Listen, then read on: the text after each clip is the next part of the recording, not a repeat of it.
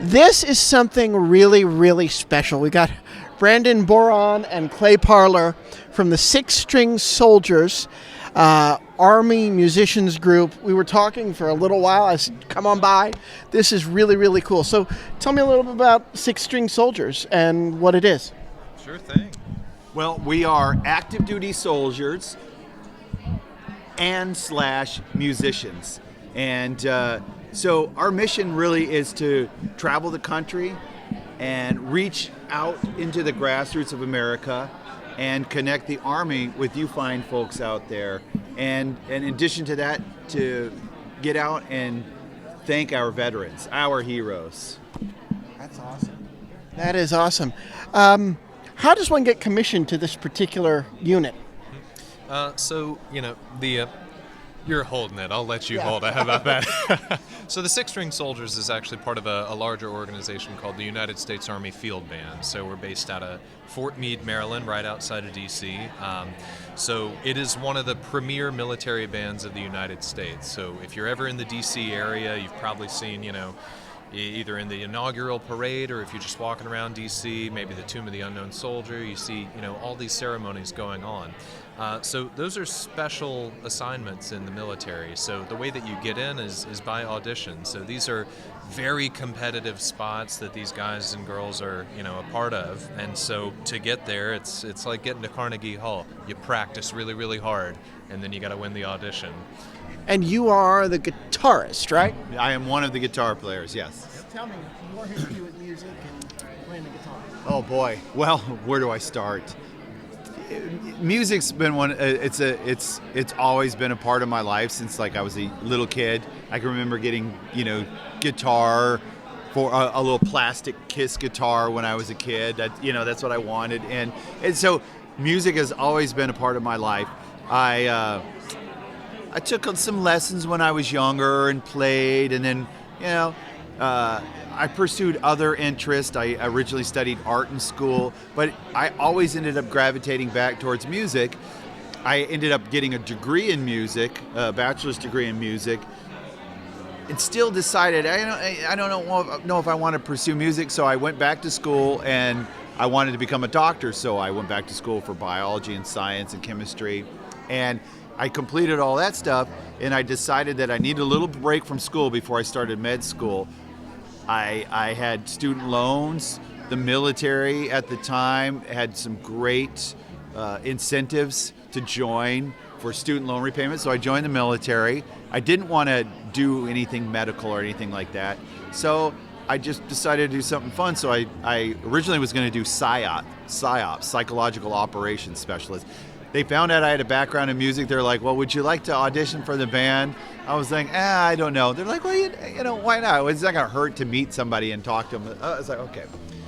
So here I am 17 and a half years later playing music, wearing this uniform, and it's the most amazing, it's the best decision I ever made in my life. It's such a privilege and honor to represent our veterans, to represent our citizens of this country worldwide, wearing this uniform, playing music, and to just get out, travel the country, meet the fine folks of this country that support what we do. We couldn't do it without their support. All of my brothers and sisters in the military.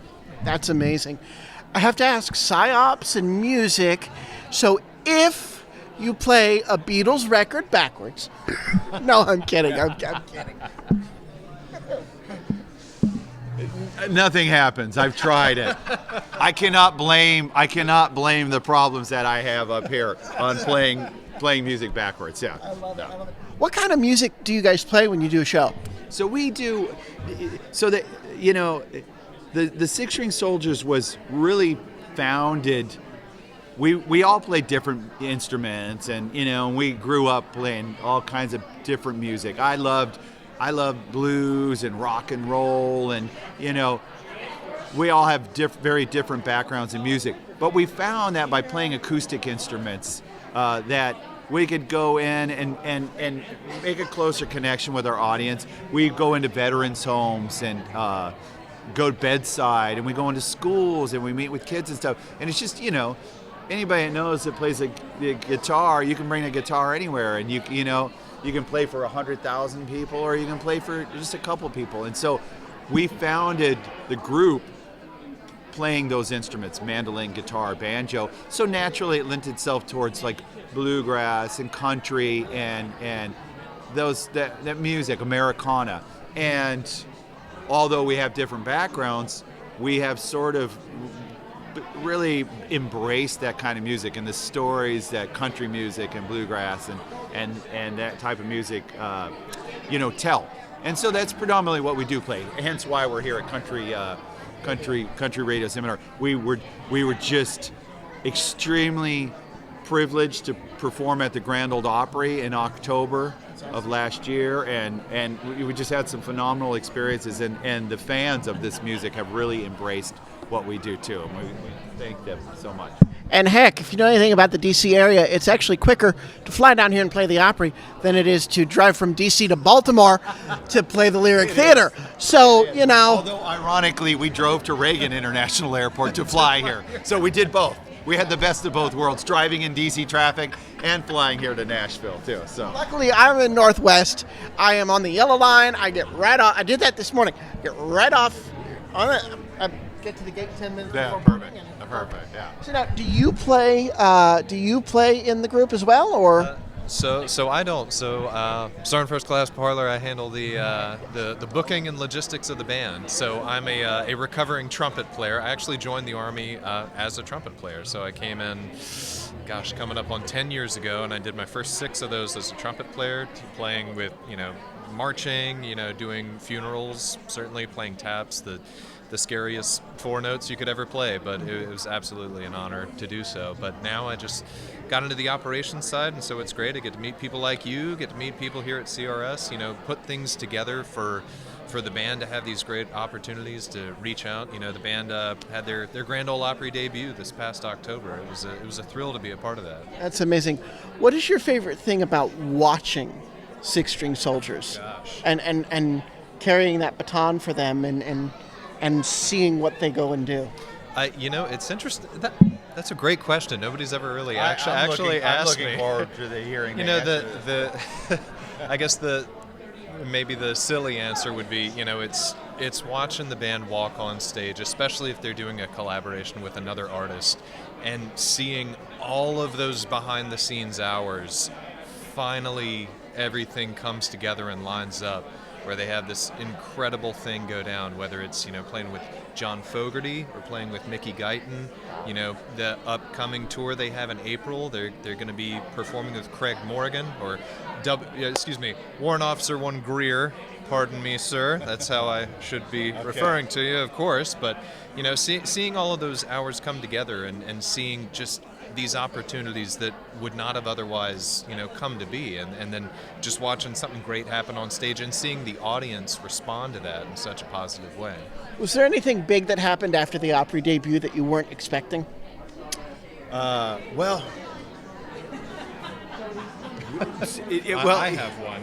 Oh, do you? I do. Go ahead, man, it was being backstage and then meeting Trace Adkins. Wow. I was like, whoa. That was just wild to me. And Jelly Roll was there. Just oh, man. Sweetest guy. I think my wife loves Jelly Roll more than me now. Thank you, Mr. Jelly. Jelly has that effect on people, I'm going to just say. Yeah, no, he was outstanding. One of the great things about this job, like people ask, what's the best thing you've done what's the coolest thing you've done with the group? And it's impossible to say, because it seems like it's just another great thing after another, one after another. Since I've been in the military, I have performed for literally for kings and queens and princes and princesses all over the world, and I've been on the Opry, I've been on late night shows with Conan, I've performed with some of my heroes, and then I've also just had the most amazing experience. I played on a Thanksgiving about 50 miles from the border of Syria once, and it's just like for just a group of us and soldiers sitting around, thousands of miles away from home, and I mean, that is just as amazing as some of these other amazing experiences. So it's really hard to say, like, I just continually look forward to the next exciting thing that we're going to do. Right now I have no idea what kind of amazing thing is coming down the road, and so it's great. It's great to be in this position where you're just continually excited about the future. They say as a reporter, you're never supposed to ask yes or no questions. So if the answer is no, we'll just move on. But he did a lot of USO shows, and I can't sit here but think about one of the biggest champions for the U.S. military, Mr. Toby Keith. Okay. Did you guys ever get to do anything with him? I have not. Now, Glenn, another member of our group, he's one of the last. So, in the military, people, we come and go, and people retire, and we get new members and all that. And it's, and that's one of the neat things about it. I personally have not, but one of our colleagues has. And so, if you're out there listening, Glenn, you can phone in perhaps and tell us your experience. This is phenomenal. I'll have to check out the website to get those tour dates in April and come see you guys. Really, thank you, not only for the music, but thank you for your service to the country. It is an honor, and thank you to the military for recognizing arts as an important part of service. And that leads me to a question I have for you, Matt. What inspires you to do what you do? Oh, geez. Yeah, you're welcome. Oh, come on. Putting him on the spot. Pass over the microphone. Well, okay, you can hold it since I'm answering the question. I will hold it for you, sir.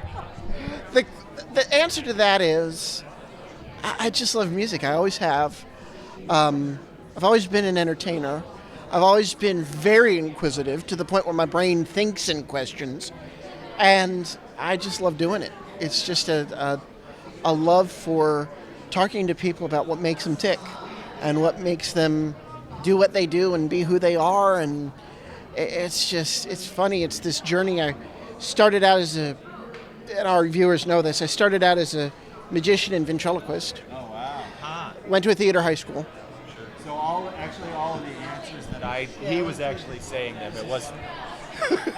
Squeeze your shoulder, open your mouth, But, and then I went and started a podcast where I talked to ventriloquists. I said, hey, okay, this fits with my naturally inquisitive thing. Let's go with it. And I've been in media ever since. So it's just a pleasure and an honor to get to talk to people like you. And I've seen so much of the country and the world because I ask a ton of questions. And it's an honor. It's a pleasure and an honor to meet you, and we can't do what we do without you doing what you do, so we appreciate you, Matt. Yeah. Thank you very much. Thank you. Everybody out there. Thank you. Really great. Thank you.